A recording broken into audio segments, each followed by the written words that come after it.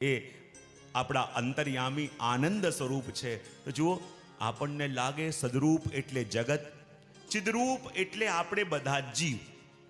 હવે જુઓ, હું કાયમ મારા પ્રવચનોમાં પૂછતો હોઉં કે આપણે બધા પ્રભુના અંશ છીએ. આપણે બધા જીવો, આખી સજીવ સૃષ્ટિ પ્રભુના અંશ હોઈએ તો પ્રભુ કોણ થયા? અંશી. કોણ થયા? જરા ભાવથી બોલો તો ખરા. અંશી. અને આપણે એમના અંશ થયા. તો હું કાયમ મારા પ્રવચનોમાં વિનોદમાં પૂછતો હોઉં કે અંશીનો ભાગ યા અંશમાં અંશીના લક્ષણો આવે કે ન આવે? જો કાયમ પૂછતો હોઉં અને મનોરથીને ખાસ પૂછતો હોઉં, રમેશભાઈ તમને કઈ મીઠાઈ ભાવે? હા, કઈ? શું કીધું? હા, જલેબી. વાહ, રસરૂપ જલેબી ઉત્સવ પણ આવી રહ્યો છે. હવે જુઓ, જલેબી હોય, એ જલેબીનો થોડોક ભાગ કાઢીને તમે ચાખો તો એ થોડા કાઢેલા ભાગની અંદર શું એ બધી વસ્તુ હશે કે નહીં જે આખી જલેબીમાં હોય? હા કે ના? હા, જલેબીનો થોડોક ટુકડો તમે કાઢો, એને ચાખો તો એ થોડા કાઢેલા ટુકડાની અંદર એ બધું હશે કે નહીં જે આખી જલેબીમાં હોય? હા, શું લાગે છે? હા કે ના? હા, આપણને લાગે કે જલેબીનો થોડોક ટુકડો કાઢીને ચાખીએ તો એટલી મધુરતા, એટલી સાકર, એ બધું એની અંદર આપણને ફીલ થાય. તમે લાડુનો થોડોક ભાગ કાઢો અને એને ચાખો તો એ થોડા કાઢેલા ભાગની અંદર એ બધું હશે કે નહીં જે આખા લાડુમાં હોય? હા કે ના? હા. તો એવી રીતે આપણે પણ ભગવાનના અંશ છીએ, તો આપણી અંદર પણ ભગવાનના એ બધા ધર્મો હોવા જોઈએ કે નહીં કે જે ભગવાનમાં હોય? હા, શું હા કે ના? વાત તો સાચી છે. જેવી રીતે લાડુના થોડા કાઢેલા ભાગની અંદર લાડુના બધા ગુણો હોય, એક જલેબીના ટુકડાની અંદર જલેબીના બધા ધર્મો હોય, એવી રીતે આપણે પણ જો ભગવાનના અંશ હોઈએ તો આપણી અંદર પણ એ બધા ધર્મો હોવા જોઈએ કે જે ભગવાનમાં છે પણ દેખાતા. બહુ સરસ. બોલે કેમ? બોલે ભગવાન કેવા છે? બોલે આનંદ સ્વરૂપ. કેવા છે? આનંદ સ્વરૂપ. તો એમનો અંશ કેવો હોવો જોઈએ? બોલે એ પણ આનંદ સ્વરૂપ હોવો જોઈએ. પણ આપણે કેવા છીએ? કેટલી ચિંતા લઈને બેઠા હોઈએ, એટલી ચિંતા લઈને બેઠા હોઈએ કે કોઈ બીજાને પણ નિશ્ચિંત બેસેલો જોઈએ તો એની ચિંતા આપણને થાય. કેવો માણસે કોઈ ચિંતા નથી. પછી બે ચાર ટેન્શનની વાતો કરે એટલે આપણને લાગે હા હવે નોર્મલ થયો. તો ભગવાનના અંશ આપણે છીએ, અને અંશ આપણે છીએ તો આપણને લાગે એ ભગવાનની બધી લક્ષણતા, એ બધા ધર્મો આપણી અંદર હોવા જોઈએ પણ દેખાતા કેમ નથી? હું ઘણી વાર કહું ને, એક ગુરુજીએ શિષ્યને કહ્યું, જા સામે યમુનાજી વહી રહ્યા છે, એવું કર યમુનાજલ ભરીને લઈ આવ. એ ભાગતો ભાગતો ગયો અને પોતાની અંજલિમાં યમુનાજલ લઈને આવ્યો અને કહે, ગુરુજી હું આ યમુનાજલ લઈ આવ્યો. અચ્છા, આ યમુનાજલ ક્યાં છે? બોલે અંજલિમાં. ગુરુજી કહે, યમુનાજીમાં તો જો કેટલી બધી બોટ તરી રહી છે, હોડીઓ તરી રહી છે, આમાં હોડી ક્યાં છે? જો યમુનાજીની અંદર કેટલા લોકો સ્નાન કરી રહ્યા છે, આમાં ક્યાં છે? શિષ્ય કહે, અરે ગુરુજી, આ અંજલિના જલની અંદર આટલી હોડી ક્યાંથી લઈને આવું? આટલા બધા કમળ લઈને ક્યાંથી આવું? આટલા બધા લોકોને લઈને ક્યાંથી આવું? આ બધું અંજલિના જલમાં ક્યાંથી આવે? તો ગુરુજી કહે, આ બધું અંજલિના જલમાં ન આવે તો એક કામ કર બેટા, આ અંજલિના જલને લઈ જઈ યમુનાજીમાં ભેળવી દે. અને જ્યાં અંજલિના જલને યમુનાજીમાં ભેળવી દીધું, હવે ગુરુ કહે કે જો હવે અંજલિના જલ પાસે એ બધું આવી ગયું કે જે યમુનાજીના જલમાં હતું. તો આ બધા અંજલિના જલ એટલે આપણે જીવ, અને ભગવાન એટલે વહેતી એ સરિતા. અને જો આપણે બીજું કાંઈ કરવાનું નથી, આ 7 દિવસમાં આ બધા અંજલિના જલને આ રસ સાગરની અંદર ભેળવી દેવાના છે. અને રસ સાગરમાં ભળી જઈએ તો માનવાનું આપણું જીવન ધન્ય થયું છે. માટે જો જ્યારે લગ્નની વાત ચાલે ને તો પહેલાં કન્યાને ફોટો બતાવવામાં આવે અને ફોટો ગમે તો પછી લગ્નની વાત આગળ ચાલે. તો સૌથી પહેલા વ્યાસજી આપણને પ્રભુના સ્વરૂપનો પરિચય આપી રહ્યા છે કે જુઓ, પ્રભુ કેવા છે? સદ ચિદ આનંદ રૂપાય. ચિદ એટલે આપણી બધી સજીવ સૃષ્ટિ, અને આનંદ એટલે આપણી અંદર રહેલા અંતર્યામી. હવે જો અંદર રહેલા અંતર્યામી આપણા દરેક કર્મોને જોઈ રહ્યા છે ને છતાં આપણને પ્રેમ કરે છે. બોલે કેવી રીતે? જુઓ, હું ઘણીવાર કહેતો હોઉં કે એક નાનકડો છોકરો હતો, એની બહેન સાથે એના નાનીના ફાર્મમાં રહેવા માટે ગયો. હવે નાનીની પાસે બહુ મોટું ખેતર, એમાં ઘણા બધા પશુ પક્ષીઓ રાખેલા હતા. હવે નાનકડો છોકરો એક નાનકડી ગનથી રમતા રમતા આવતો હતો. માટલીઓ ફોડે પણ માટલીઓમાં નિશાન ન લાગે. ત્યાં જ એક નાનીનું બતક હતું, પાળેલું હતું, અને બતક ઉપર નિશાન લગાવ્યો અને નિશાન લાગી ગયું અને બતક ત્યાં મરી ગયું. હવે છોકરો એટલો ડર્યો કે જો મારા નાનીને ખબર પડી તો મને બહુ વળશે, મારા નાનીને ખબર પડી મને બહુ મારશે, હું શું કરું? કે નાની જાણી ન જાય, ચૂપચાપ લઈ જઈ એ બતકને દાટીને સંતાડી દીધું. અને એની બહેન જોઈ ગઈ.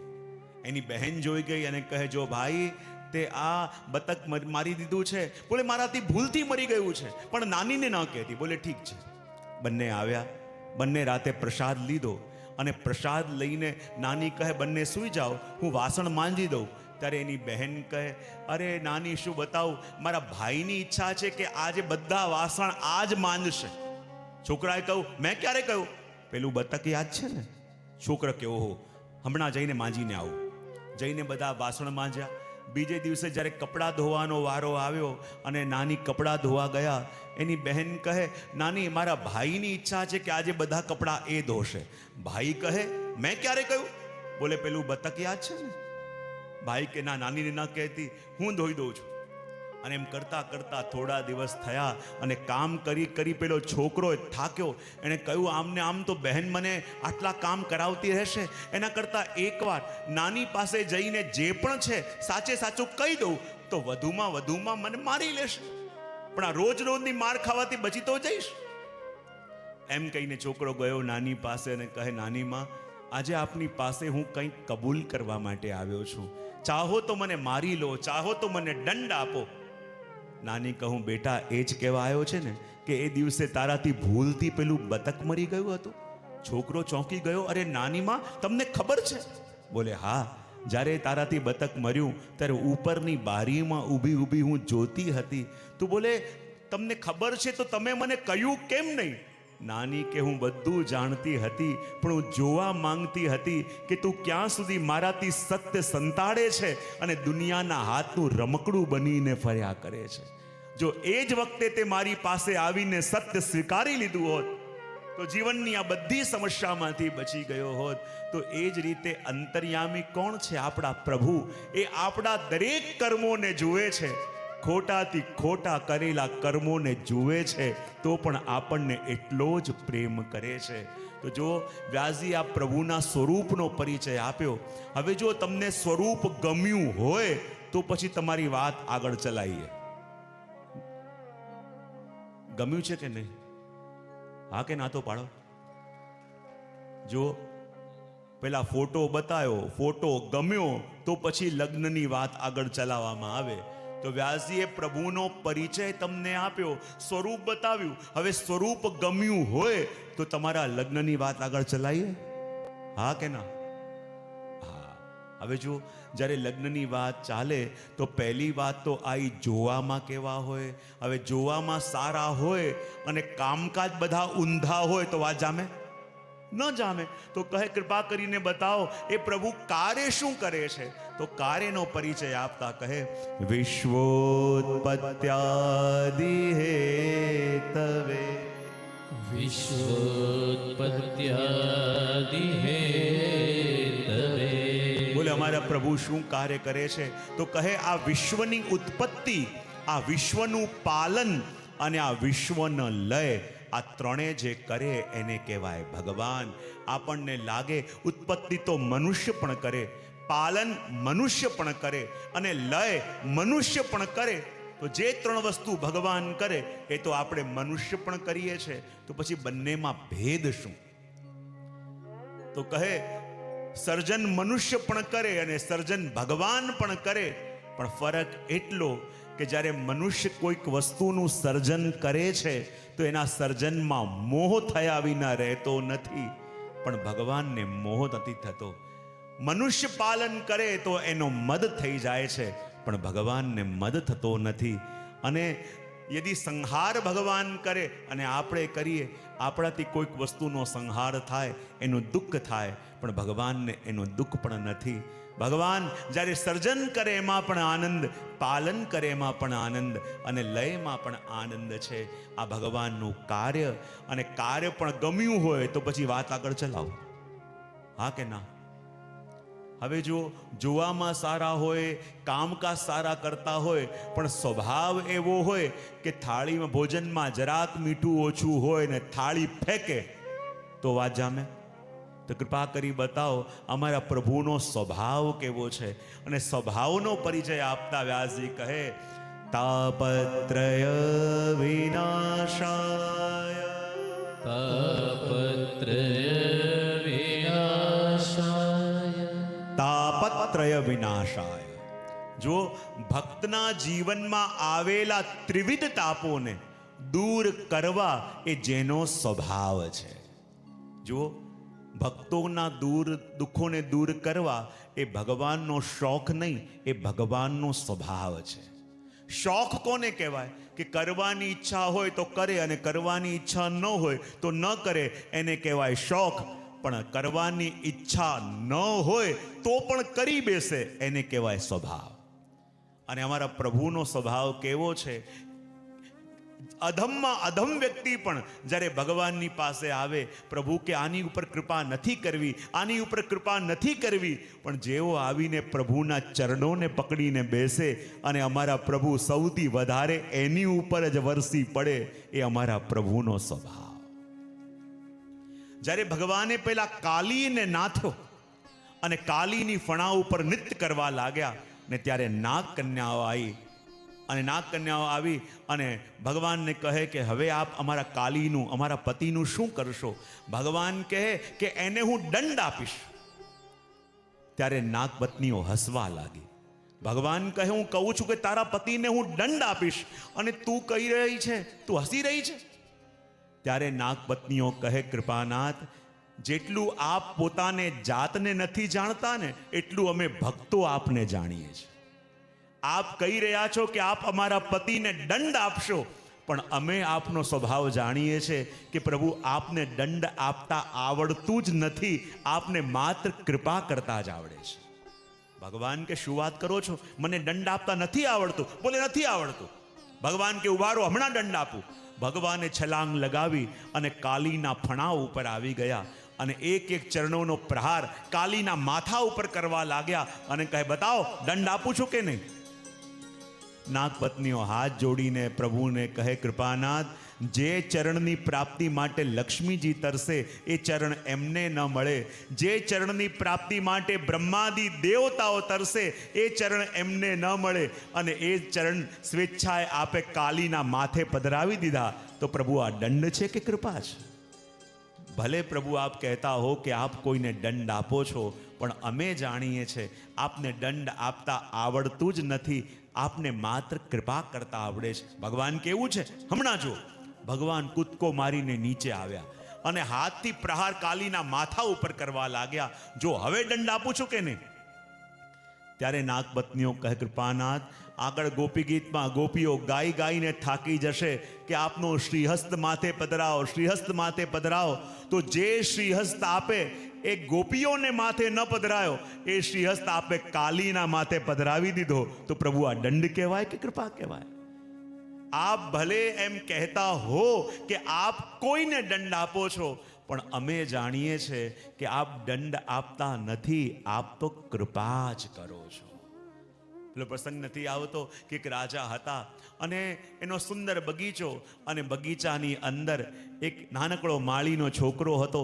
એનું કામ એટલું જ, રોજ બગીચામાં જે મીઠા મીઠા ફળ હોય ને, એ મીઠા મીઠા ફળોની ટોકરી લઈ અને રાજા પાસે જાય અને રાજા ફળ ખાય અને બહુ વખાણ કરે, તું બહુ ડાયો છે.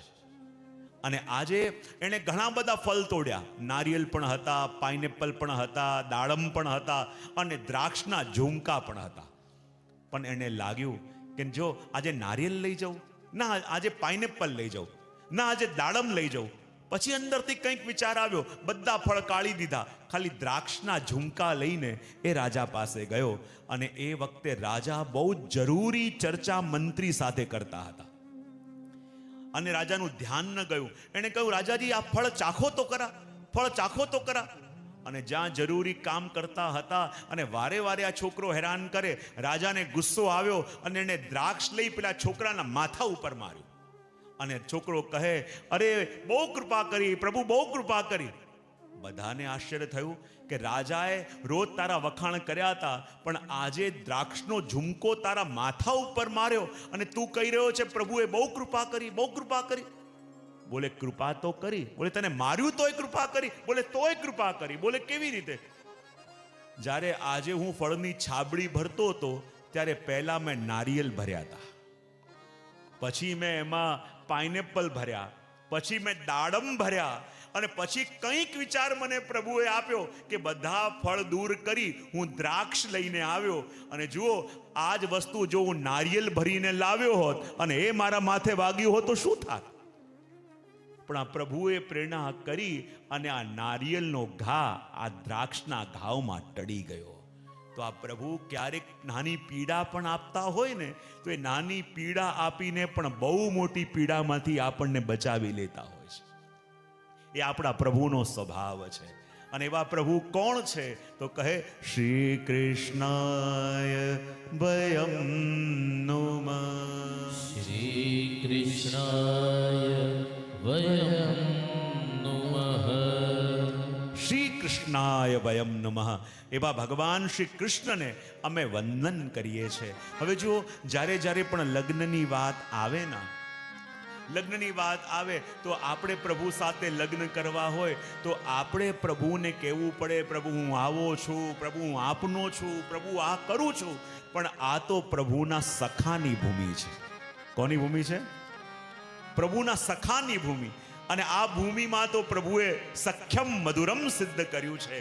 અને એટલા માટે જ્યાં સખાની ભૂમિ હોય તો સખા કોને કહેવાય? જ્યાં બરાબરી હોય. સખા કોને કહેવાય? જ્યાં બરાબરી હોય એને સખા કહેવાય.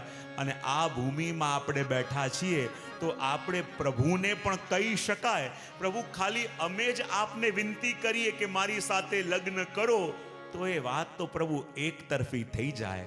પ્રભુ આનંદ તો ત્યારે આવે કે જેવી રીતે અમે આપના માટે તડપીએ એવી રીતે ક્યારેક પ્રભુ આપ પણ અમારા માટે તડપો. પ્રભુ લગ્ન માટે અમે આપને વિનંતી કરીએ તો ક્યારેક ક્યારેક પ્રભુ આપને પણ અમને વિનંતી કરવાનું મન ન થાય. કારણ કે આ તો સખાની ભૂમિ અને પ્રેમની ભૂમિમાં તો પ્રભુ બરાબરી હોય. અને જ્યાં બરાબરી હોય ત્યાં તો પ્રેમ સંભવ થાય. અને એટલા માટે એ ગુજરાતના કવિએ બહુ સુંદર લખ્યું છે. એ કહે, પ્રભુ હંમેશા અમે જ આપને વિનંતી કરતા રહીએ એવું ન ચાલે. એ કહે, પ્રભુ યદિ અમે આપના સખા હોઈએ, અમે આપને પ્રેમ કરવા વાળા હોઈએ તો પ્રભુ પ્રેમમાં તો જે ચાહીએ એ કહી શકાય.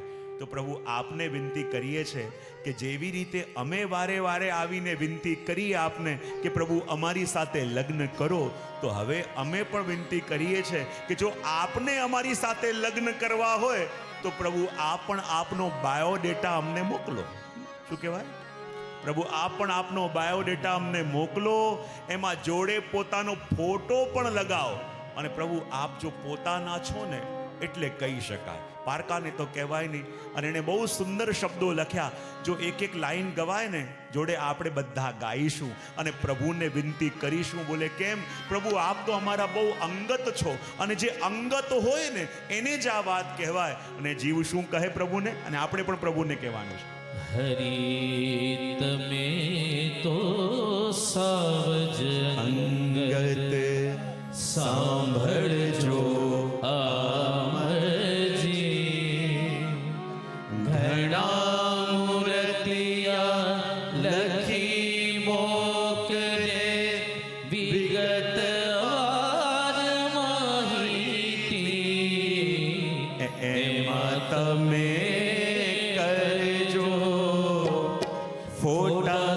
સાથે અરજી એમાં તમે કરજો ફોટા સાથે અરજી હરી તમે તો સાવજ અંગત સાંભળજો આમરજી ઘણા મૂર્તિયા લખી મોકલે વિગત વાર મારી હાથ ઉપર કરી એમાં તમે કરજો ફોટા સાથે અરજી એક સાથે એમાં તમે કરજો ફોટા સાથે અરજી હરી તમે તો સાવજ અંગત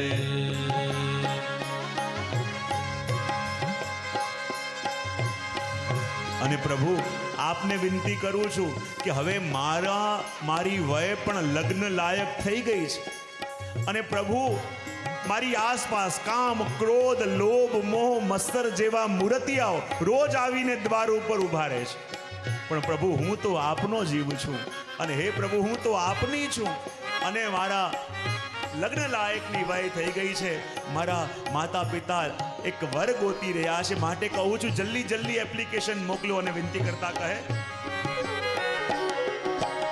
હરી હવે તો ઉંમર મારી પરણું થાવું હરી તમોને ગમશે જો હું બીજે પરણી જાઉં હરી હવે તો ઉંમર મારી પરણું થાઉં હરી તમોને ગમશે જો બીજે પરણી જાઉં મને સીવીને આખી એવો બીજ ક્યાં છે દરજી એક સાથે એમાં તમે કરજો ફોટા સાથે અરજી એક સાથે બધાનો અવાજ એમાં તમે કરજો ફોટા સાથે અરજી પ્રભુ કહે જો મારા ભક્તો પણ કેવા છે બોલે જેવો ટેડો હું મારા ભક્તો પણ એવા ટેડા મને મળે છે એક તો મને કહે કે પ્રભુ અમારી સાથે લગ્ન કરવા હોય તો પહેલા અરજી મોકલજો એમાં એટલું જ નહીં આપનો પાસપોર્ટ સાઇઝ ફોટો પણ મૂકજો અને એટલામાં ભગવાન કહે કે હવે સંતોષ છે ત્યારે એ કહે કે ના પ્રભુ હજી એક ઈચ્છા છે બોલે શું એવું કરજો પ્રભુ જોડે જોડે આપની જે જન્મ કુંડલી હોય એની ઝેરોક્સ કોપી કરાવીને એ પણ એમાં અટેચ કરી દેજો બોલે કેમ ભગવાન કે શાના માટે તો જીવ કહે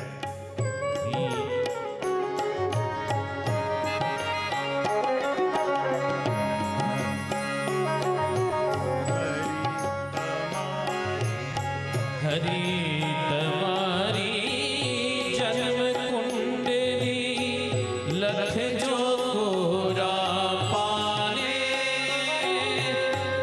મારા ઘરના બધાય લોકો જન્માક્ષરમાં માને હરી તમારી જન્મ કુંડલી લખજો કોરા પાને મારા ઘરના બધાય લોકો જન્માક્ષરમાં માને હરી નાખજો મામુષ ધારે ગરજી ગરજી એક સાથે એમાં તમે કરજો ફોટા સાથે અરજી બધાનો અવાજ એક સાથે એમાં તમે કરજો ફોટા સાથે અરજી હરી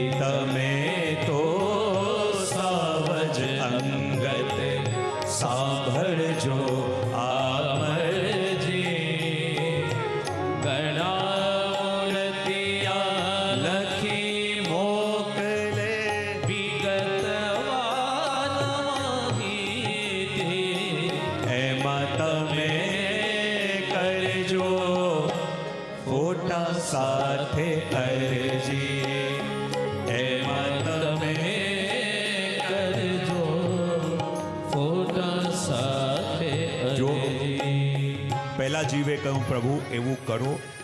આપ તો બધાની પાસે એપ્લિકેશન લખાવો છો, એક એપ્લિકેશન આપ અમારા માટે લખો. એમાં ઉપર આપનો ફોટો પણ ચોડજો, એમાં આપની એક જન્મ કુંડલી પણ ચોડજો. અને એટલું પણ ઓછું હોય ત્યાં ભક્ત કહે છે પ્રભુ આ જન્મ કુંડલી ને બધું આપ મોકલો, એના કરતાં એવું કરો એકવાર રૂબરૂ આવીને મળી જાઓ ને. બોલે રૂબરૂ શેના માટે? તો કહે અમારા માવતરને બહુ ઈચ્છા થઈ છે કે અમારા જમાઈને જોવા છે, અને માટે વિનંતી કરતા કહે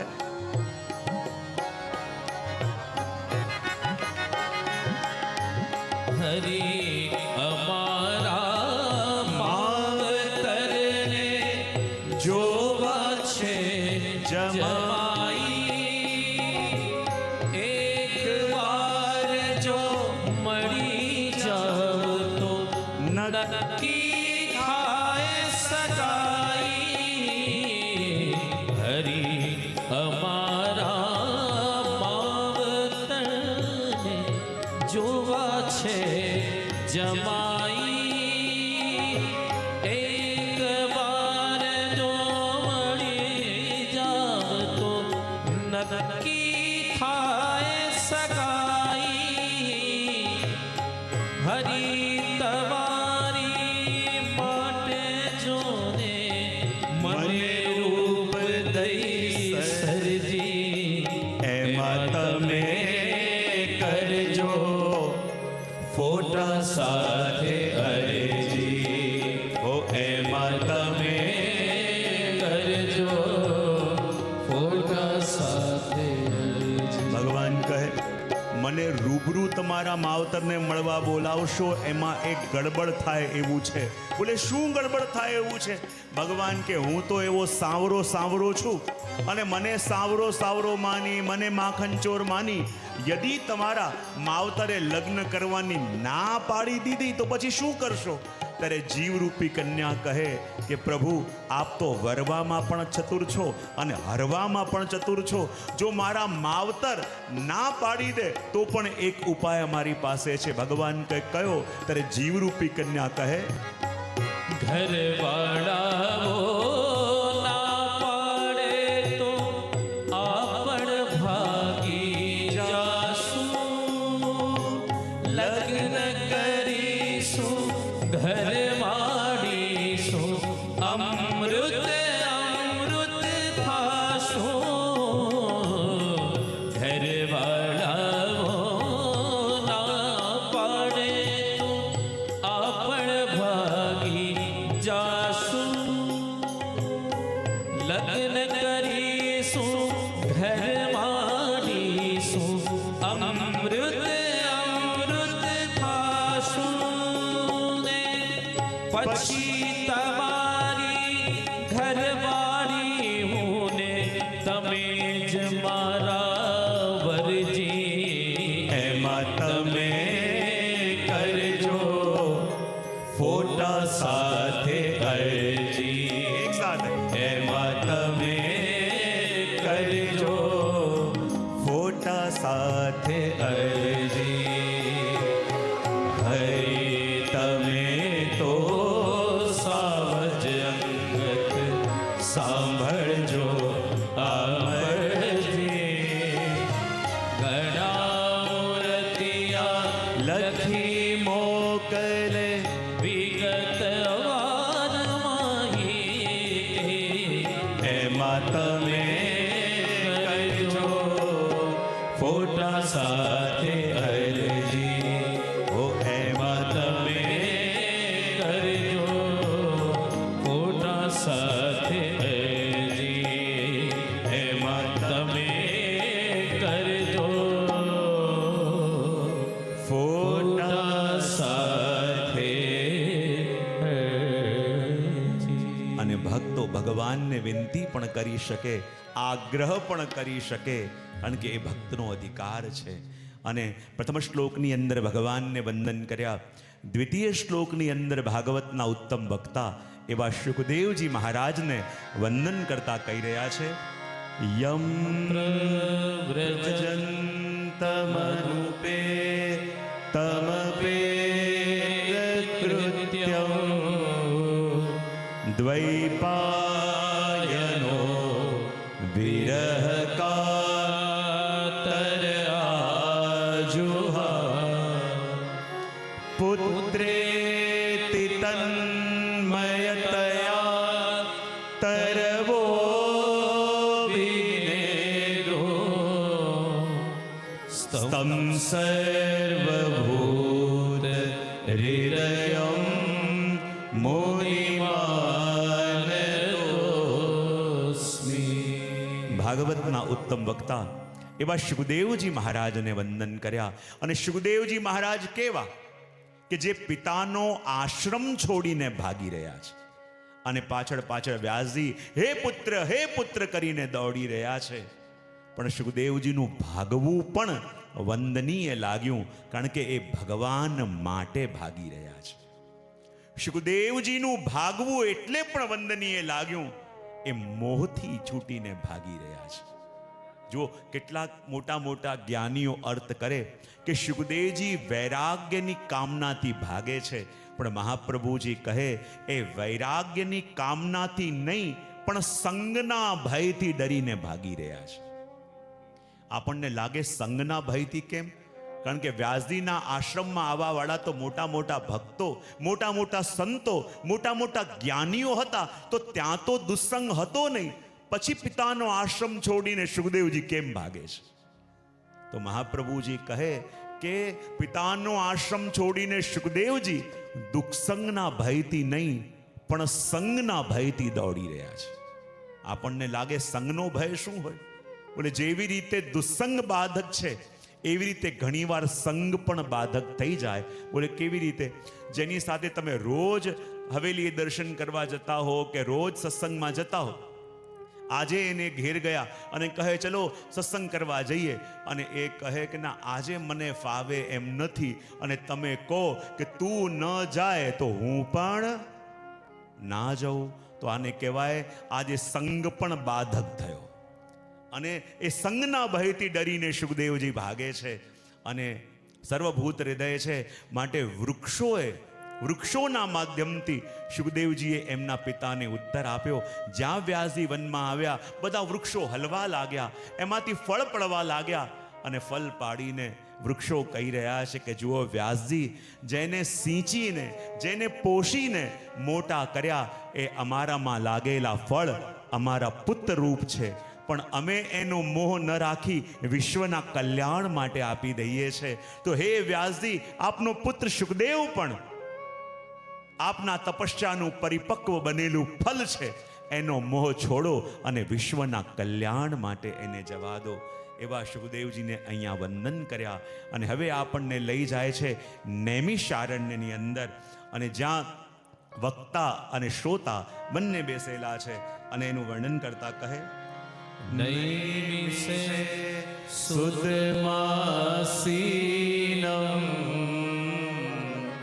અભિવાદ્ય મહામતે કથામૃત રસાસ્વાદ શુશર શૌનકો બ્રવીત. નૈમિષારણ્યની અંદર વક્તા છે સૂતજી, અને એમની પાસે આવ્યા શૌનકજી, અને હાથ જોડીને એમને વંદન કરીને પ્રશ્ન કર્યા. જો વક્તા અને શ્રોતા બંનેનો પરિચય બહુ સુંદર આપ્યો છે. વક્તા કોણ છે? બોલે સૂતજી, એમના માટે વિશેષણ આપ્યું મહામતી. અને શ્રોતા છે કોણ? બોલે શૌનકજી, અને એમના માટે વર્ણન કર્યું કથા અમૃત રસાસ્વાદ કરવામાં કુશળ. વક્તા કોને કહેવાય? જે મહામતી હોય. અને મહામતી કોને કહેવાય? જે ખાલી પોતાનું જ્ઞાન બતાવવા માટે નહીં, પણ શિષ્યોની સાથે આવી, એમના સ્તર પર આવી, એમના ગળે ઉતરે એવી રીતે વાત કરે, એને કહેવાય મહામતી. કહેવાય ને કે એક બહુ મોટા વક્તા હતા, અને જ્યાં એકવાર બહુ મોટું આયોજન હતું અને આખા મંડપની અંદર જ્યારે એમને લઈને આવવામાં આવ્યા, એટલા મોટા જ્ઞાની હતા અને બહુ મોટા જ્ઞાની જ્યારે મંડપમાં આવ્યા, શું જોયું? ખાલી સામે એક જ શ્રોતા બેઠો હતો. હવે એક જ શ્રોતા બેઠો હતો. વક્તા કહે, હવે આની આગળ હું શું બોલું? મારી પાસે આટલા શાસ્ત્રોનું જ્ઞાન, મારી પાસે આટલા વેદોનું જ્ઞાન, આની આગળ શું બોલું? અને સામે બેસેલો એકમાત્ર શ્રોતા એ ગોવાળિયો હતો અને એણે કહ્યું, ગુરુજી, અમે તો અજ્ઞાની રહ્યા, બહુ શું જાણીએ, પણ એટલું જાણીએ કે અમે 25 ગાય માટે ઘાસ કાઢીને રાખેલું હોય અને એમાંથી એક ગાય આવે તો અમે એને ભૂખી જવા ન દઈએ. અને આ વાત પેલા ગુરુજીને બહુ સ્પર્શી ગઈ કે આ શ્રોતા બરાબર લાગે છે, અધિકારી શ્રોતા લાગે છે. અને ગુરુએ કહ્યું, મારી સામે આવીને બેસ, આજે બધું જ્ઞાન હું તને આપું.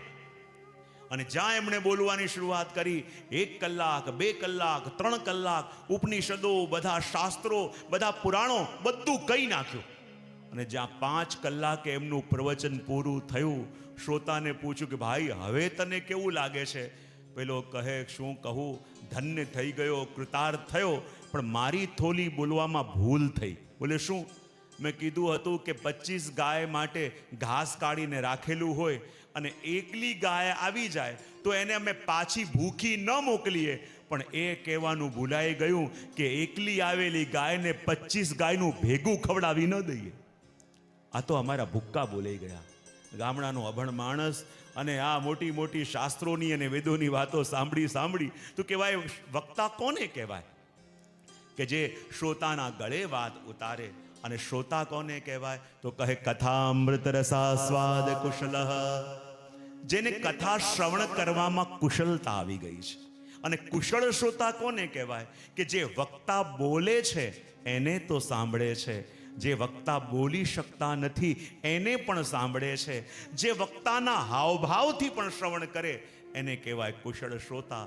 અને એમણે આવીને હાથ જોડીને વિનંતી કરતા કહ્યું, અજ્ઞાનદ્વાંત વિદ્વંસ કોટી સૂર્ય સમપ્રભ સુતાખ્યાહી કથા સારમ મમ કર્ણ રસાયનમ. હાથ જોડીને વિનંતી કરી કે હે ગુરુદેવ, આપનું જ્ઞાન તો કરોડો સૂર્ય સમાન છે અને અમારા જીવનમાં અજ્ઞાન છે. તો હવે કૃપા કરી અને એવું જ્ઞાન અમને આપો જેના દ્વારા ભક્તિ, જ્ઞાન અને વૈરાગ્યથી પ્રાપ્ત થતો વિવેક અમારા હૃદયમાં જાગે. કૃપા કરીને એ વાત અમને સંભળાવો, કારણ કે અંતરમાં જાગેલો વિવેક એ સાચા અર્થમાં આપણા અંતઃગુરુ છે. જો આપણી અંદર જ્યારે વિવેક જાગે ને, વિવેક કોને કહેવાય? શું કરવું, શું ન કરવું, શું આપણાથી કરાય, શું ન કરાય, એનું જ્ઞાન એને કહેવાય વિવેક. અને જીવ માત્રના 2 ગુરુ હોય, એક ગુરુ એ જે બહાર છે અને એક ગુરુ એ જે અંદર છે. અને બહારના ગુરુનું કામ કેટલું? આપણી અંદર રહેલા ગુરુને જગાવી દે, આપણા અંદર રહેલા ગુરુ સાથે આપણો સંબંધ જોડી દે. કારણ કે બહાર આપણે જ્યારે ગુરુની પાસે સમસ્યાનું સમાધાન જાણવા માટે જઈએ, મને એક વસ્તુ ચોખ્ખે ચોખ્ખી કહેજો કે તમારા જીવનમાં જ્યારે કોઈ સમસ્યા હોય અને એ સમસ્યાનો ઉપાય તમે કોઈની પાસે પૂછવા જાઓ છો, તો જેની પાસે સમસ્યાનો ઉપાય પૂછવા જાઓ છો એને સમસ્યા જેવી છે એવી પૂરેપૂરી કહી શકો છો? હા કે ના તો પાડો. જ્યારે પૂરેપૂરી સમસ્યા કહી શકતા ન હોય તો એનું સમાધાન તમને પૂરેપૂરું મળે કેવી રીતે? પણ અંતરમાં જાગેલો જે વિવેક છે એ એવા ગુરુ છે જેને તમે પૂરેપૂરી વાત કહી શકો છો. અને પૂરેપૂરી વાત કહી શકો તો અંતરથી તમને એનું પૂરેપૂરું સમાધાન પણ મળી શકે. અને એ વિવેકને જગાવવાની વાત અહીંયા કરે છે અને કહે છે કે આપ તો ગુરુ છો. અરે ભગવાન પણ જે ન આપી શકે એ ગુરુ આપી શકે છે. અરે પ્રભુ રીઝે, કદાચ સ્વર્ગનું કલ્પવૃક્ષ મળે, ચિંતામણી મળે તો પણ આપીને શું આપે? લૌકિક સુખ આપે. પણ જો ગુરુ રીઝી જાય તો યોગીઓને પણ દુર્લભ એવા સાક્ષાત ભગવાન વૈકુંઠનાથના દર્શન કરાવી દે. માટે હવે કૃપા કરી આ બધાનો સાર અમને સંભળાવો. બધી વસ્તુનું સાર શેમાં છે એ આપ અમને સંભળાવો. અને જ્યારે આ પૂછાયું અને ત્યારે સૂતજી કહે છે,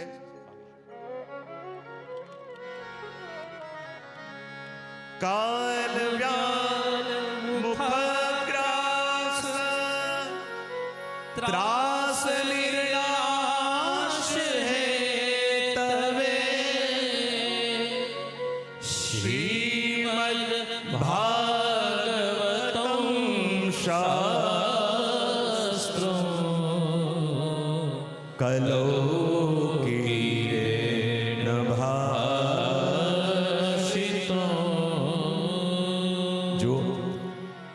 સૂતજી મહારાજે આપણા બધાને આપણી અવસ્થાનું જ્ઞાન કરાયું છે. આપણને લાગે કે હા દેહ બહુ સ્વસ્થ છે, જીવનમાં બધું મળી ગયું છે, બધું પામી લીધું છે, ઘરમાં બધું છે. પણ અહીંયા સૂતજી મહારાજ કહે છે કે આ કલિકાલમાં આપણા બધાની દશા કેવી છે? તો કહે કાળરૂપી સર્પે પોતાનું મોઢું ખોલેલું છે અને આપણા બધાના મુખ પેલા કાળરૂપી સર્પના મોઢામાં છે. અને એક ઘડીની વાર લાગશે કે જ્યાં સર્પે મોઢું બંધ કર્યું અને આપણો ખેલ ખતમ. પણ જુઓ તો ખરા આશ્ચર્યની વાત કેવી, આપણા બધાના મુખ પેલા કાળરૂપી સર્પના મોઢામાં છે, પણ બહાર રહેલા બંને હાથોથી જગતની વસ્તુ ભેગી કરવામાં લાગેલા છે કે આય મળી જાય, પેલું મળી જાય, પેલું મળી જાય. અરે એક ઘડીની વાર લાગશે જ્યાં કાળરૂપી સર્પે મોઢું બંધ કર્યું અને આપણો ખેલ ખતમ. જુઓ તો ખરા એ પરીક્ષિતની પાસે 7 દિવસ હતા. લોકો કહે બિચારા પરીક્ષિતને શ્રાપ મળ્યો કે એની પાસે માત્ર 7 દિવસ હતા. પણ હું કાયમ કહું કે પરીક્ષિતથી ભાગ્યશાળી વ્યક્તિ આ દુનિયામાં બીજો કોઈ થયો નથી. એટલા માટે નહીં કે એની પાસે 7 દિવસ હતા, એટલા માટે કે એની પાસે ગેરંટી હતી કે 7 દિવસની અંદર મને કાંઈ થવાનું નથી. આપણી પાસે એવી કોઈ ગેરંટી ખરી? એવી કોઈ ભલામણ ચિઠ્ઠી ઉપરથી લઈને આવ્યા છે?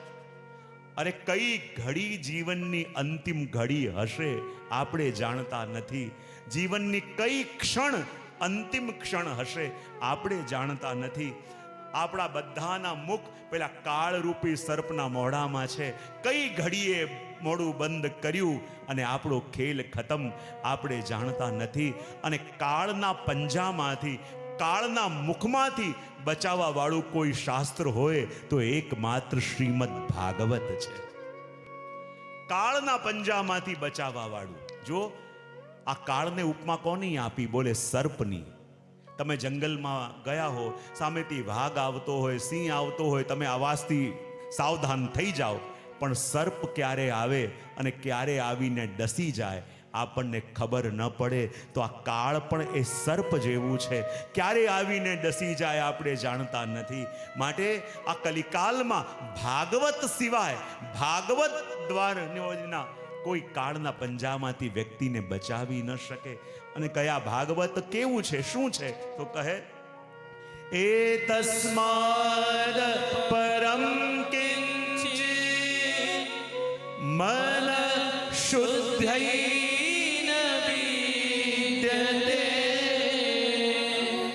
જન્માંતરે ભવે પુણ્યમ તદા ભાગવતમ. સૂતજી મહારાજ કહે છે કે એ તસ્માદ પરમ કિંચન મન શુદ્ધૈ ન વિદ્યતે. બોલે મનને શુદ્ધ કરવાનો ઉપાય શ્રીમદ ભાગવતથી વધીને બીજો કોઈ નથી.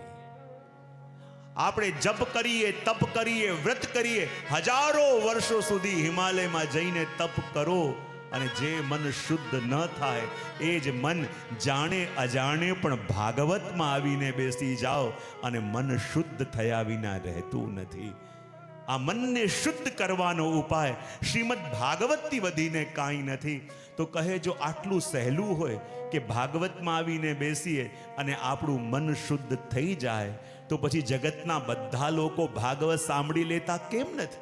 જો આટલું સહેલું હોય કે ભાગવતમાં આવીને બેસો અને મન શુદ્ધ થઈ જાય, તો જગતના બધા લોકો ભાગવત કેમ સાંભળી લેતા નથી? ત્યારે સૂતજી કહે કે પોતાની ઈચ્છાથી આ ભાગવતમાં ન કોઈ આવી શકે, પોતાની ઈચ્છાથી ન કોઈ આવીને બેસી શકે, અને પોતાની ઈચ્છાથી ન કોઈ અહીંયા આવીને ભાગવત સાંભળી શકે. સૂતજી કહે કે જન્માંતરે ભવિત પુણ્યમ તદા ભાગવતમ લભેત. જ્યારે જન્મો જન્મોના પુણ્યનો ઉદય થાય ત્યારે વ્યક્તિ ભાગવતમાં આવીને બેસે છે. જો આપણે અહીંયા આવીને બેઠા છીએ ને, એમને એમ નથી બેઠા. આ 5 વસ્તુ જ્યારે મળે ત્યારે વ્યક્તિ ભાગવતમાં આવે. એક, ભગવાનની કૃપા. બીજું, આપણા ગુરુની કૃપા. ત્રીજું, આપણા વડીલોના આશીર્વાદ. ચોથું, ગયા જન્મના પુણ્ય. અને પાંચમું, આ જન્મનો અનુકૂળ સમય. આ 5 વસ્તુ મળે ત્યારે વ્યક્તિ આવીને ભાગવતમાં બેસે. આ 5માંથી એક વસ્તુ પણ ઓછી હોય ને, અહીંયા સુધી આવી ન શકાય. આ 5માંથી એક પણ ઓછું હોય, અહીંયા આવીને બેસી ન શકાય. જ્યારે ભાગવતમાં આવીને બેસી ગયા ને, ત્યારે એમ ન કહેશો કે પ્રભુ હવે ક્યારે કૃપા કરશો. પ્રભુ કહે, તું ભાગવતમાં આવીને બેસી ગયો અને પૂછી રહ્યો છે કે હું ક્યારે કૃપા કરીશ. અરે તારું અહીંયા આવું, અહીં આવીને બેસવું એ બીજું કાંઈ નહીં, એ મારું તને આપેલું પ્રમાણપત્ર છે કે હું તારા ઉપર વરસી ચૂક્યો છું. તારું અહીંયા આવું, અહીંયા એ ન આવી શકે જેને આવવાની ઈચ્છા થાય, અહીંયા એ જ આવી શકે જેને બોલાવવાની ઈચ્છા અમારા ગોવર્ધન નાથ કરે, ત્યારે એ જીવ અહીંયા આવીને બેસી શકે. જો અહીંયા કેટલાય એવા જીવો હશે જેને પ્લાનિંગ કર્યું હશે કે મારે સાંભળવા જવું છે, છેલ્લી ઘડીએ કંઈ કામ આવ્યું ને અટકી ગયા હશે. કેટલાક એવા હશે જે કહીને આવ્યા હશે કે થોડી વાર બેસીને નીકળી જઈશ, અને એવા લોકો બેઠા હશે. તો અહીંયા પોતાની ઈચ્છાથી કોઈ આવી ન શકે, અહીંયા એ જ આવે કે જેને પ્રભુએ બોલાવ્યા હોય. અને આ કથા એવી છે કે જ્યારે 7 દિવસોમાં આ કથાથી પરીક્ષિતનો ઉદ્ધાર થતા જોયો, બ્રહ્માજીને આશ્ચર્ય થયું કે એવું ભાગવતમાં શું છે? મુક્તિ આપવાવાળા આટલા બધા સાધનો છે, એ બધામાંથી પણ ભાગવતની મહત્તા કેમ વધી ગઈ? એમ વિચાર કરી એમણે મોટું ત્રાજવું બનાવ્યું. ત્રાજવાના એક પરણામાં ભાગવતજીને પધરાવ્યું, બીજા પરણામાં મુક્તિ આપવાવાળા સાધનોને પધરાવ્યા. તો જે હલકું હતું એ ગયું આકાશમાં, અને જે ભારે હતું એ ભાગવત આપણા વચ્ચે રહી ગયું. અને કહેવાય કે આ કથા એવી છે કે સ્વયં નારદજીએ પણ શ્રવણ કરી.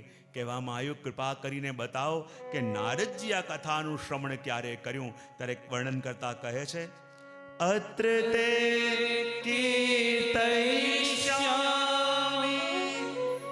ભક્તિ ઉત્તમ કથાનકમ શુકેન મમ યત્રોક્તમ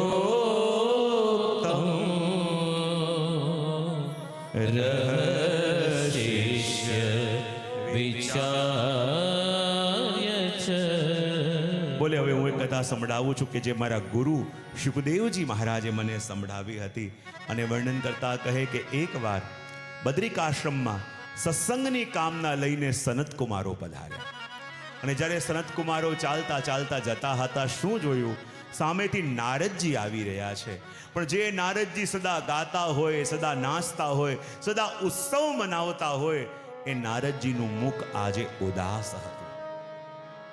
સનતકુમારોને આશ્ચર્ય થયું કે વૈષ્ણવ તો સદા પ્રસન્ન હોય, વૈષ્ણવ તો સદા હરિના કીર્તન કરતો હોય, વૈષ્ણવનું મન તો સદા પ્રસન્નચિત્ત હોય, તો હે દેવર્ષિ, આજે આપ ઉદાસ કેમ લાગી રહ્યા છો?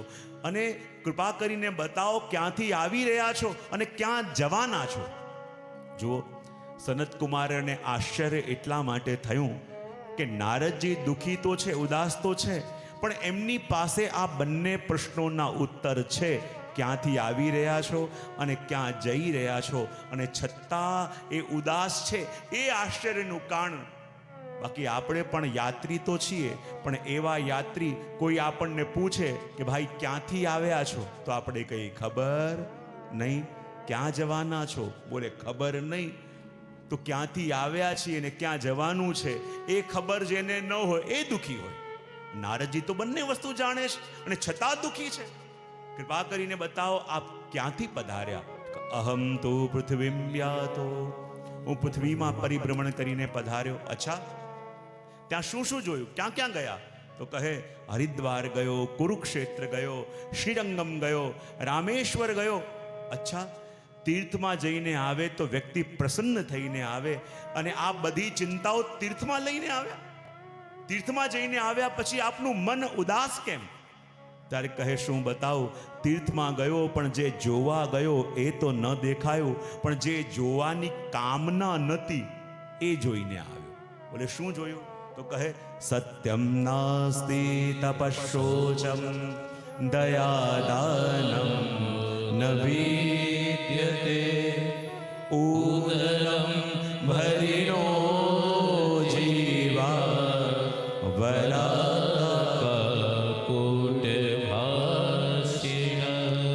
ભગવાન સૌથી પહેલા અહીંયા કહે કે નારદજી કહે શું બતાવો? જ્યારે પૃથ્વીમાં ગયો અને જે પૃથ્વીમાં ભગવાન સત્યનું સ્થાપન કરવા માટે વારે વારે અવતાર લે છે, એ દુનિયામાં કોઈ સત્યનું પાલન કરવા તૈયાર નથી. માણસ બોલે કાંઈ અને કરે કાંઈ. માણસની વાણી અને માણસની કરણી વચ્ચે કોઈ એક્યતા રહી જ નથી. જ્યાં સત્યનું સ્થાપન કરવા માટે ભગવાન વારે વારે પધારે, એ ભૂમિમાં આજે સત્યનું આચરણ કરવા કોઈ તૈયાર નહીં. માણસ બોલે કાંઈ અને દેખાય કાંઈ. હું ઘણી વાર કહું ને કે પહેલાના સમયમાં એક વૈરાગી, એક કોઈ ફકીર થયા અને એ અરીસા વેચવા નીકળતા અને લોકોને કહે કે હું 3 પ્રકારના દર્પણ વેચું છું. બધા એની પાસે આવતા. અચ્છા, તારી પાસે કયા પ્રકારના દર્પણ છે? એ કહે 3 પ્રકારના. બોલે કયા કયા? તો કે પહેલા પ્રકારનું દર્પણ એવું છે કે જેમાં તમે જેવા છો એવા દેખાશો. બીજું દર્પણ એવું છે જેમાં તમે જેવા દેખાવા માંગો છો એવા દેખાશો. અને ત્રીજું દર્પણ એવું છે જેમાં તમને લોકો જેવા સમજે છે એવા દેખાશો. તો દુનિયામાં બીજા પ્રકારના દર્પણ લેવાવાળા મળ્યા કે જેવા દેખાવા માંગીએ છીએ એવા દેખાઈએ. ત્રીજા પ્રકારના દર્પણ લેવાવાળા મળ્યા કે જેવી દુનિયા અમને સમજે છે એવા દેખાઈએ, પણ જેવા છીએ એવા દેખાઈએ. એવા દર્પણ લેવા કોઈ તૈયાર થયું? કારણ કે માણસ જેવો છે એવો કોઈ દેખી જાય એના માટે તૈયાર નથી. માટે કે ક્યાંય સત્ય રહ્યું નથી. સત્યમ નાસ્તિ તપશોચમ, ક્યાંય તપ પણ રહ્યું નથી. અને તપ કોને કહેવાય? હું કાયમ કહેતો હોઉં, જંગલમાં જઈને તપસ્યા કરો એ જ તપ ન કહેવાય. ભગવાને તમને જે આપ્યું છે, ભગવાને તમને જે વ્યવસ્થા આપી છે, ભગવાને તમને જેનો સંગ આપ્યો છે, એને પ્રભુનો પ્રસાદ માનીને જીવો ને તો એ પણ તપ કહેવાય. આજે આપણા દુઃખનું સૌથી મોટું કારણ શું છે? આજે આપણા દુઃખનું સૌથી મોટું કારણ એ છે કે જે મળ્યું છે એનાથી અસંતોષ, અને જે મળે એમ નથી એની કામના રાખીને બેઠા છે. જે મળ્યું છે એને માણતા થઈએ ને તો એ આપણું તપ છે. અને એટલે તો કહેવાય, જેની પાસે ઓછું હોય એને કોઈ સુખી કરી શકે, પણ જેને ઓછું જ પડે એને આ દુનિયામાં કોઈ સુખી કરી શકતું નથી. માટે કહ્યું સત્યમ નાસ્તિ તપશોચમ દયાદાનમ ન વિદ્યતે. ક્યાંય દયા રહી નથી, ક્યાંય દાન રહ્યું નથી. અને ઉદરમ ભરીનો જીવા વરાકા કૂટ ભાષણ, યાની વ્યક્તિ કેમે કરીને પોતાનું પેટ ભરી લે એને આ દુનિયામાં બહુ હોશિયાર માનવામાં આવશે. અને જે સિદ્ધાંતોને પકડીને બેઠો હશે ને, લોકો કહેશે આ તો ભગવાનનો માણસ છે. ભગવાનનો માણસ એટલે એનું અહીંયા ક્યાંય કાંઈ થવાનું નથી. જે આંટીઘૂંટી કરીને પોતાનું પેટ ભરી લેશે એને લોકો બહુ હોશિયાર માનશે અને સિદ્ધાંતોમાં બેસી રહેશે, એની કદર કરશે નહીં. અને કહે મંદાસુ મંદ મતયો મંદ ભાગ્યા પાખંડ નિરતા સંતો વિરક્તા સપરિગ્રહ. દુનિયાની અંદર વ્યક્તિ બહુ આળસી થશે, સપના મોટા મોટા જોશે પણ કાર્ય કરશે નહીં. આળસી થશે, મંદભાગી થશે અને બીજું કહ્યું કે દરેક ઘરની અંદર મેં શું જોયું? કલયુગમાં દરેક ઘરની અંદર ગયો તો એક વસ્તુ જોયું કે એમાં ઘરવાળાનું ચાલતું નથી, પણ રાજ કોનું છે? ઘરવાળીનું. તો કહે તરુણી પ્રભુતા ગે હે. અને કહેવાય સ્ત્રીનું રાજ હોય એટલે શું? બોલે જેને પોતાનું કામ કરાવતા આવડી જાય ને, માનવાનું કે એનું રાજ છે. જેને પોતાનું કામ કરાવતા આવડે. પેલી એક સ્ત્રીએ એની બહેનપણીને પૂછ્યું કે આ ગળામાં તે હીરાનો હાર પહેર્યો છે, આ હાર કેટલામાં આવ્યો? બોલે બહુ મોંઘો નથી. તો એ બતાવો તો ખરા કેટલામાં આવ્યો? પેલો કે 2 દિવસના ઉપવાસ અને 3 દિવસના અબોલા, એટલામાં હાર આવી ગયો. તો જેને પોતાના કામ કરાવતા આવડે એને કહેવાય એની પ્રભુતા દુનિયામાં છે. અને આ બધું જોતા જોતા જ્યારે હું શ્રી યમુનાજીના તટ પર આવ્યો તો ત્યાં મેં એક આશ્ચર્ય જોયું. બોલે શું? એક સુંદર સ્ત્રી ઊભી છે, એની પાસે 2 વૃદ્ધ વ્યક્તિ લેટેલા છે. ઘણી બધી સુંદર સ્ત્રીઓ એમની સેવા કરી રહી છે. અને જ્યાં મને જોયો અને મને જોતાની સાથે હાથ ઉપર કરી મને બોલાવવા લાગી અને કહેવા લાગી, ભો ભો સાધુ ક્ષણમ તિષ્ઠ. ઓમ નમો ભગવતે વાસુદેવાય. મત ચિંતા પીનાશય. ઓમ નમો ભગવતે વાસુદેવાય. ભો ભો સાધુ ક્ષણમ તિષ્ઠ. ઓમ નમો ભગવતે વાસુદેવાય.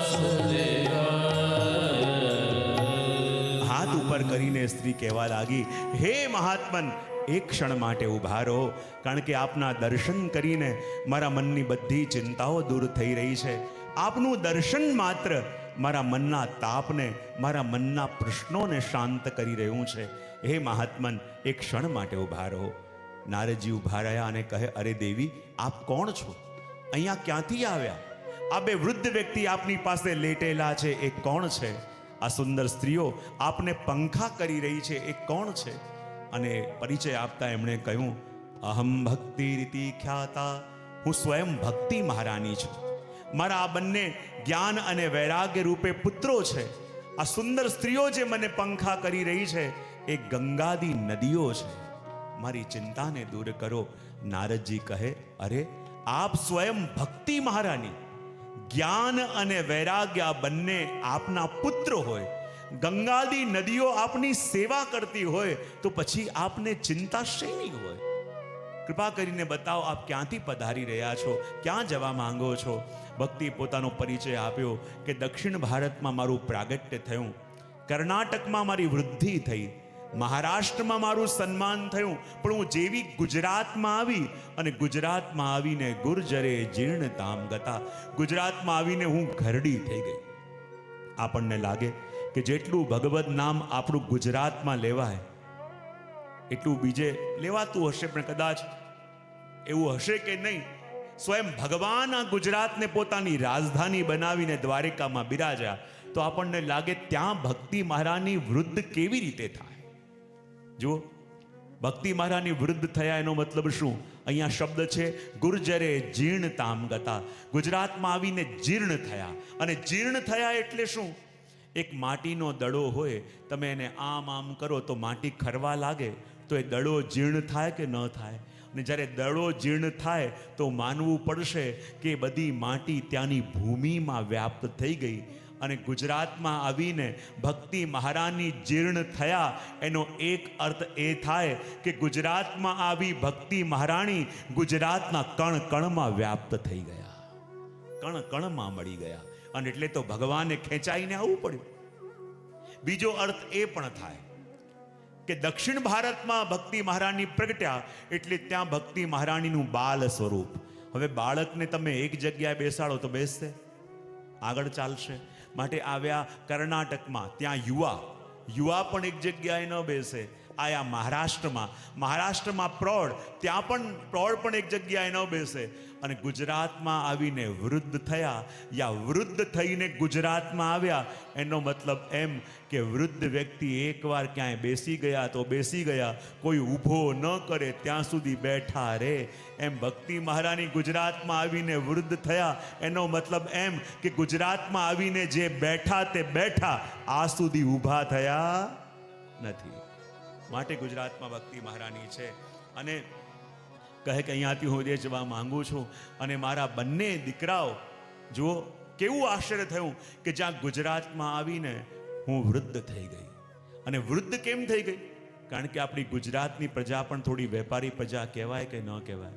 હા કે ના તો પાડો. હા, કોઈ કીધું હતું ને કે કોઈએ સાઉથના કોઈ વ્યક્તિને પૂછ્યું કે એકને કેટલા થાય, એણે કહ્યું કે 2 થાય. કોઈએ મહારાષ્ટ્રના વ્યક્તિને કહ્યું કે એકને કેટલા થાય, એણે કહ્યું 11 થાય. અને કોઈ ગુજરાતના વ્યક્તિને પૂછ્યું કે એકને એક કેટલા થાય, એણે સામેથી પૂછ્યું તમારે કેટલા કરવા છે. આ આપણા ગુજરાતનો સ્વભાવ. અને ગુજરાતનો સ્વભાવ શું છે કે ક્યારેક પણ ધર્મનું કાર્ય પણ જો વેપારિક થઈ જાય તો ત્યાં ભક્તિ જીર્ણ થાય. અને એટલે ગુજરાતમાં આવીને વૃદ્ધ થયા. પણ આશ્ચર્ય એ વાતનું થયું કે જ્યારે અમે વૃંદાવનમાં ગયા તો વૃંદાવનમાં જઈને તો હું 16 વર્ષની યુવા થઈ ગઈ, પણ મારા બંને દીકરા જ્ઞાન અને વૈરાગ્ય વૃદ્ધ થયા. હવે જુઓ, આ જગતમાં માં વૃદ્ધ હોય અને દીકરાઓ યુવા હોય તો એમને જોઈને માં પ્રસન્ન થાય. પણ આ કેવું આશ્ચર્ય કે હું માં તો 16 વર્ષની યુવા થઈ ગઈ અને મારા બંને દીકરાઓ વૃદ્ધ થઈ ગયા. અને એટલા માટે અમે દુઃખી છીએ. હે નારદજી, કૃપા કરી અમને અમારા દુઃખનું કારણ બતાવો. અને ત્યારે નારદજી કહે, શૃણુ સ્વવહિતાબાલે યુગોયમ દારુણો કલી તેર લુપ્ત સદાચારો યોગ માર્ગ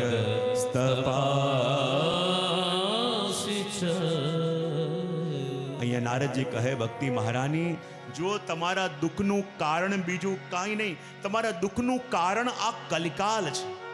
ને જ્યારે કલિકાલ આવ્યો, દરેક વસ્તુમાંથી એનો સાર ચાલ્યો ગયો. વ્યક્તિ અઘાસુર બનીને ખાલી પોતાનું જ સ્વાર્થ કેવી રીતે સધાય એના માટે કાર્ય કરતો થયો.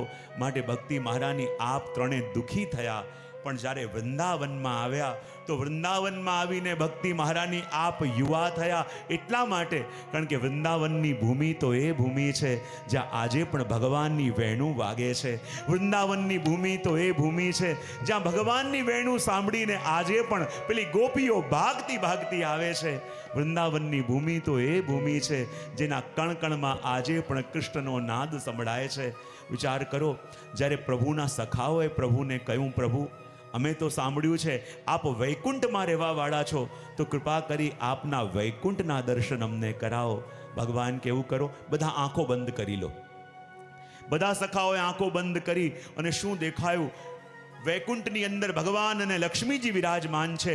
મોટા મોટા દેવતાઓ એમની સ્તુતિ કરી રહ્યા છે. એ જોઈને સખાઓ તો થરથર કાંપવા લાગ્યા.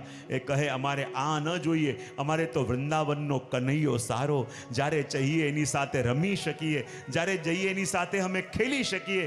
માટે પ્રભુ, અમારે તો આ જે સુખ વૃંદાવનમાં છે એ આપના વૈકુંઠમાં પણ નથી. અને એટલે તો આપણા ગુજરાતના ભક્તોએ ગાયું કે પ્રભુ, અમે વૈકુંઠ જઈને શું કરીએ?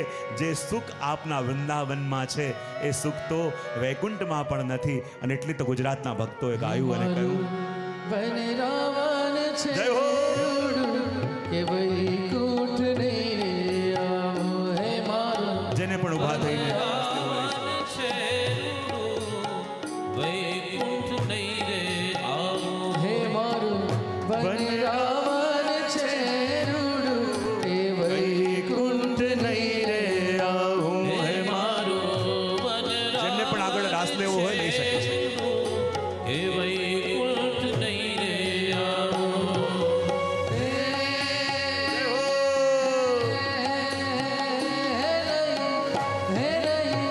હે નહીં, આવું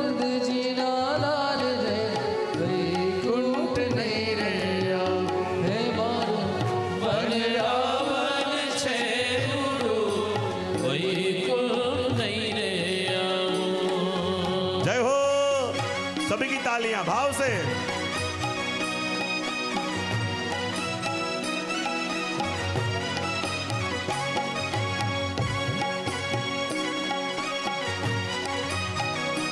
हरि बोल।